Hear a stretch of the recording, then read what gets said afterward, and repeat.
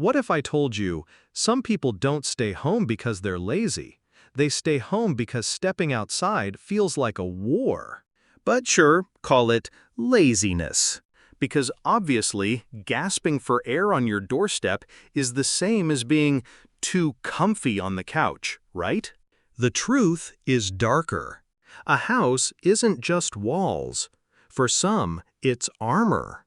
Outside feels like a battlefield, where eyes judge, voices cut, and chaos drips from every corner.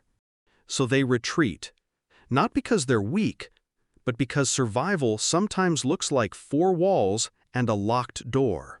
And once you get used to that silence, the world beyond those walls doesn't feel safe anymore. It feels foreign. But society doesn't see armor. It sees defect. Why don't you just get out more? Why don't you socialize? Ah, yes, thank you, doctor, because the cure to lifelong fear is obviously brunch.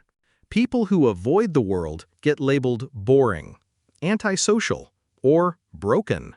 But maybe they're not broken at all. Maybe they've just stopped pretending. Maybe they've noticed how fake coffee shop laughter sounds, how exhausting it is to smile through small talk. Maybe staying in isn't weakness. Maybe it's rebellion. But rebellion has a cost. Stay home long enough and silence starts echoing. Thoughts bounce back louder. Fears mutate into monsters. And one day, stepping outside doesn't just feel uncomfortable, it feels impossible. Not because the world itself is dangerous, but because the war inside your chest convinces you it is. Psychologists call this avoidance, which makes it sound like skipping gym class. But let's be real, this isn't, "Oops, I avoided leg day." This is dragging out ordering groceries because the thought of saying credit or debit makes your pulse race. It's watching packages pile up because opening the door feels like exposure. This isn't avoidance, it's a parasite. Every time you obey it, the cage tightens. And here's the twisted joke: society actually rewards the cage. Food? Delivered. Movies? Streamed. Work? Remote. Friends? Replaceable with a glowing screen. Technology doesn't just make isolation possible, it makes it addictive. Why risk awkward hellos at the grocery store when everything comes to your couch? But the easier it gets to stay in, the harder it gets to leave. And not everyone stays home out of fear. Some stay home out of disgust.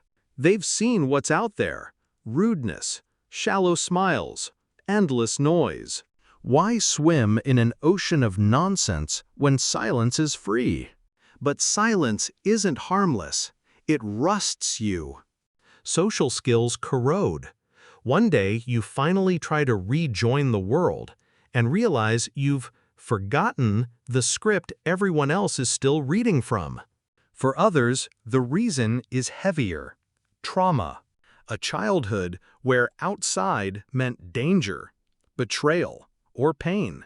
The body doesn't forget. To them, home is the only place where knives don't fly.